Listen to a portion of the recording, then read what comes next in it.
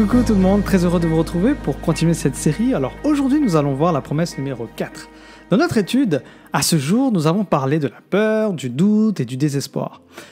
Nous allons tourner maintenant notre attention sur le fait de chanceler. Pour comprendre cette notion de chanceler, je vous invite tout de suite à aller avec moi trouver cette belle promesse qui se trouve dans Ésaïe, le chapitre 43, les versets 1 à 4. Je vais lire. Ainsi parle l'Éternel. Ainsi parle, maintenant l'Éternel qui t'a créé, ô Jacob, celui qui t'a formé, ô Israël. Ne crains rien, car je te rachète. Je t'appelle par ton nom, tu es à moi. Si tu traverses les eaux, je serai avec toi, et les fleuves, ils ne te submergeront point. Si tu marches dans le feu, tu ne brûleras pas, et la flamme ne t'embrasera pas. Car je suis l'Éternel, ton Dieu, le Saint d'Israël, ton Sauveur. Je donne l'Égypte pour ta rançon, l'Éthiopie et Saba à ta place, parce que tu as du prix à mes yeux, parce que tu es honoré et que je t'aime. Je donne des hommes à ta place et des peuples pour ta vie. Donc si nous voulons comprendre ce qui est promis ici, il est important de se remémorer un petit peu le contexte dans lequel ces versets se trouvent. Et alors vraiment nous allons réussir à faire de cette promesse la nôtre et la vôtre. Alors au chapitre 42, le chapitre juste avant, donc, nous découvrons ce qui se passe. Le peuple de Dieu, il est en train en fait de se rebeller contre Dieu. Okay, et Dieu arrive finalement à un moment donné où il va dire « Stop, il faut sanctionner, il faut punir, il faut avoir une correction. » Donc Dieu est sur le point de laisser Israël expérimenter les ramifications, on va dire plutôt les conséquences de leur comportement en tant que pécheurs. Mais malgré cette correction que Dieu leur donne, ils ne vont toujours pas comprendre. Donc ça, c'est le contexte. Okay, donc malgré tout, malgré leur indignation, malgré leur dureté de cœur, Dieu n'est pas quelqu'un qui est là juste quand tout va bien. Dieu a promis qu'il ne va jamais nous quitter, n'est-ce pas? Et jamais nous abandonner. Alors, dès le verset 1, Ésaïe nous dit ici « Ne crains rien, car je te rachète ». Nous avons ici la notion de rédemption. C'est l'un des plus grands mots de la Bible, l'un des plus importants. Parce qu'on considère ici donc le ministère de Jésus, son œuvre expiatoire, notamment sur la croix. Donc l'idée c'est quoi? C'est qu'avant que Dieu ne touche ta vie, tu étais un esclave, du péché. Il n'y avait pas d'issue possible. Nous avions une dette et nous ne pouvions pas la payer. Aucun moyen de trouver une solution. Nous étions en faillite, moralement, éthiquement et surtout spirituellement. Et à cause de ça, nous étions en train de pourrir dans une prison de l'ennemi, de Satan. Mais Jésus va venir. Et Jésus va venir te racheter. Il va régler ta dette. Il va payer le prix pour que tu ne puisses être libéré. Et c'est pour ça qu'il dit après... Si tu traverserais les eaux ou le feu, eh bien, je serai avec toi. Voilà la promesse très encourageante que j'aimerais te laisser. Certaines épreuves sont plus mineures que d'autres, mais malgré cela, nous devons passer par des épreuves.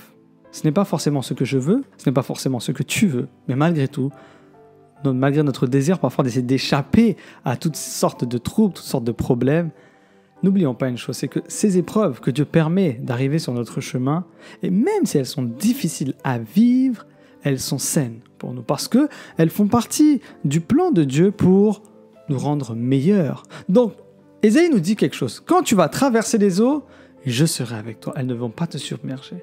Quand tu vas marcher à travers le feu, tu ne vas pas être brûlé.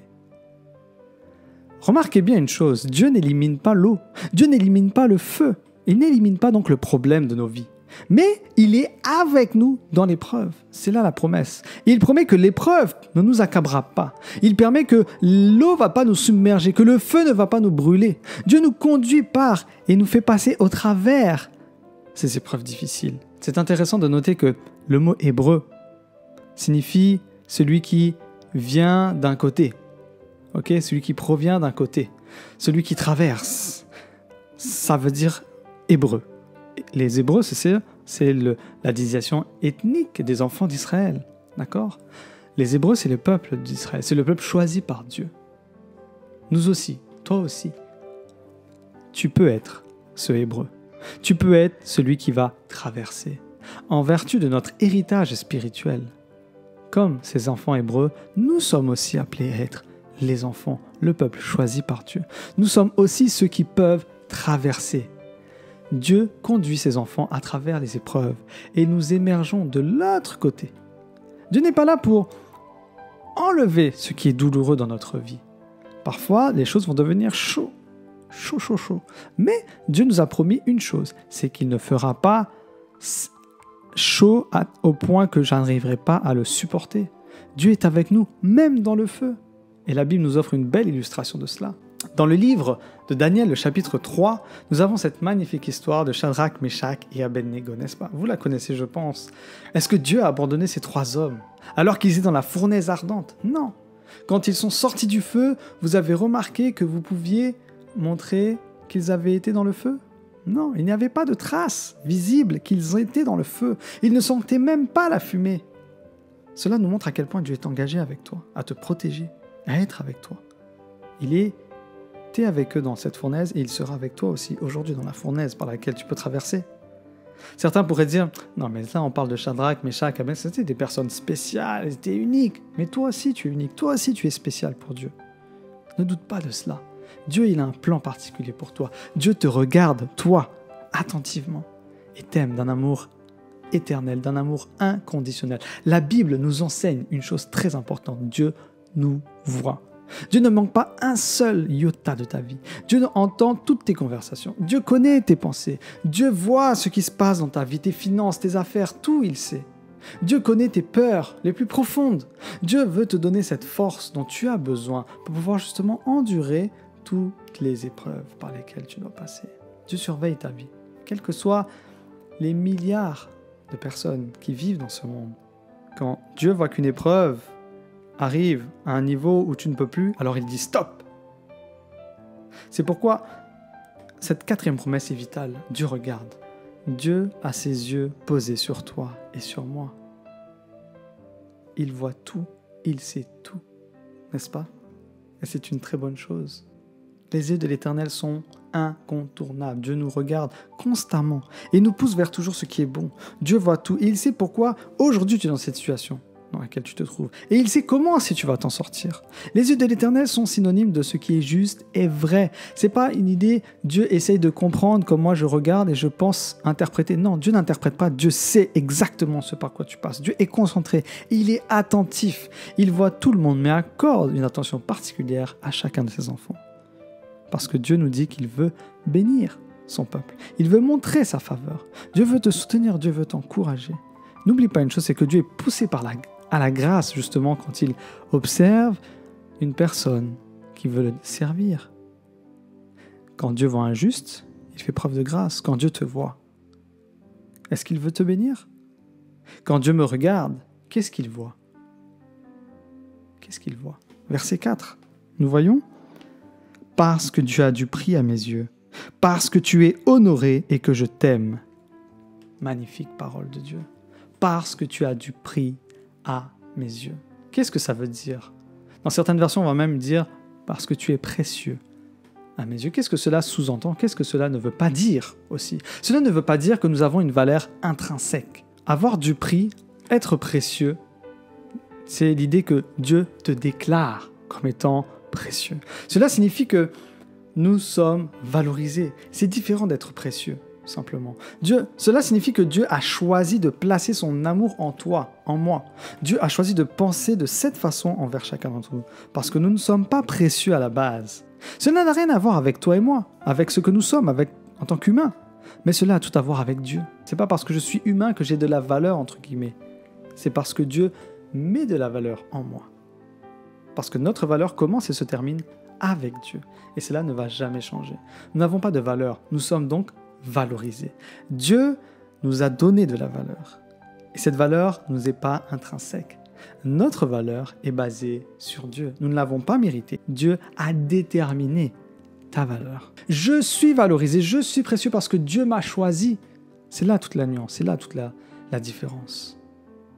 Donc n'oublie pas une chose, c'est que toutes les épreuves que tu surmontes, comme Paul l'a dit dans Corinthiens 10, le verset 13, sont accessibles pour toi. L'épreuve est une adversité que Dieu autorise pour que tu puisses être transformé en meilleure personne. D'accord?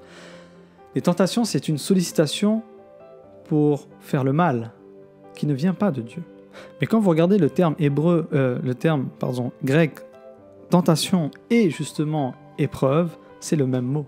Dans le Nouveau Testament. C'est le même mot qui est utilisé, tentation et épreuve. Donc Dieu ne va pas permettre une tentation ou une épreuve que tu ne pourras pas gérer avec sa force et non pas avec ta force ou ma force.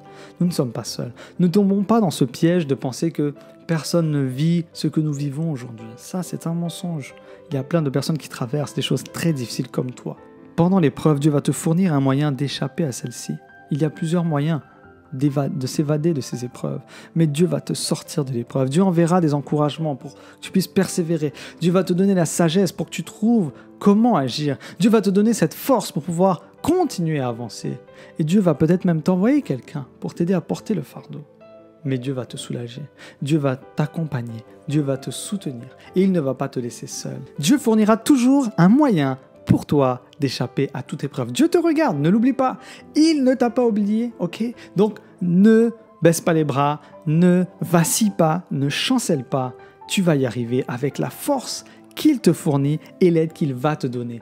Dieu te fournit le moyen. Ce n'est pas quelque chose qui est à discuter.